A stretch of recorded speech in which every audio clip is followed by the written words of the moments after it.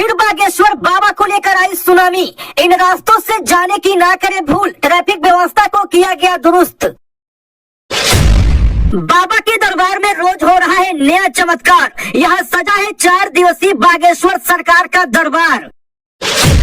30,000 महिलाओं ने निकाली कलश यात्रा। 22 एकड़ में लगा टेंट, जबकि 30 एकड़ में बना पार्किंग स्थल।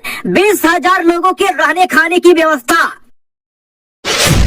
हनुमत कथा के साथ साथ राम भजन का भी आयोजन। जानिए कहाँ लगा है इस बार बागेश्वर सरकार का दिव्य दरबार। बागेश्वर बाबा जहाँ जाते हैं छा जाते हैं। उनके दिव्य दरबार में लोगों की इतनी भीड़ जुटती है जितनी भीड़ शायद ही किसी साधु संत या महात्मा के दरबार में कभी लगी हो।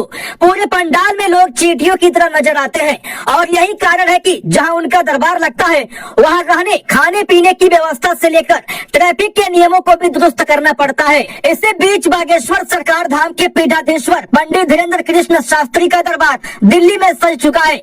पिछले 1 साल से यह तीसरी बार है जब दिल्ली में बाबा के दरबार का आयोजन किया गया है। 31 जनवरी से शुरू हुआ दरबार आगामी 3 फरवरी तक चलेगा, जिसमें रोजाना हनुमत कथा के साथ साथ राम भजन का भी आयोजन किया जाएगा।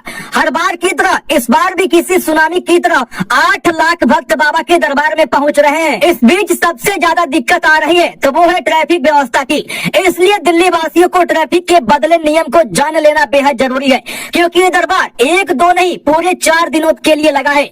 इस 4 दिवसीय दरबार के दौरान एक दिन दिव्य दरबार का भी आयोजन किया जाएगा, जिसमें बागेश्वर सरकार धाम के पीठाधीश्वर पंडित धीरेन्द्र कृष्ण शास्त्री लोगों के मन की बात बताएंगे। दिल्ली में लगे इस दरबार के आयोजन का पूरा जिम्मा मृदुल फाउंडेशन और छठी मैया फाउंडेशन ने मिलकर सामूहिक रूप से उठाया है। यह दरबार यमुना खादर इलाके के चौथे पुस्ते पर स्थित करतार नगर में आयोजित की गई है।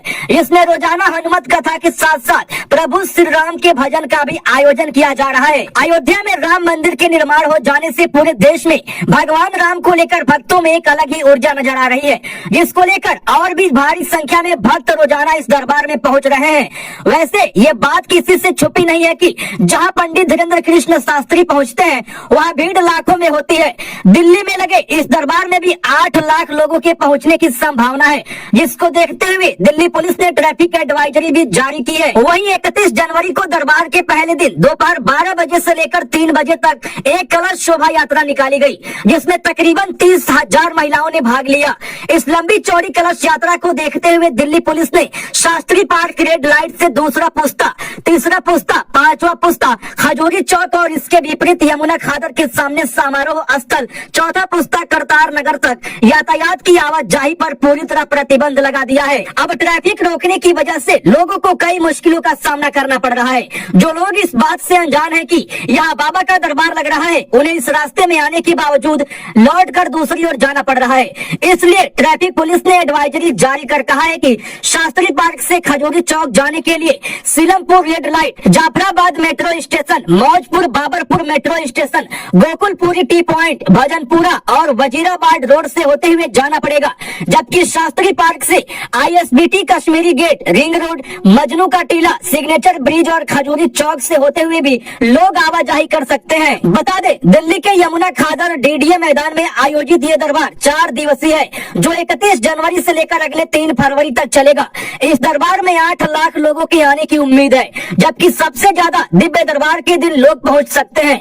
वहीं लोगों की भारी संख्या को देखते हुए पूरे 22 एकड़ में टेंट लगाए गए हैं, जबकि 30 एकड़ जमीन में पार्किंग स्थल तैयार किया गया है।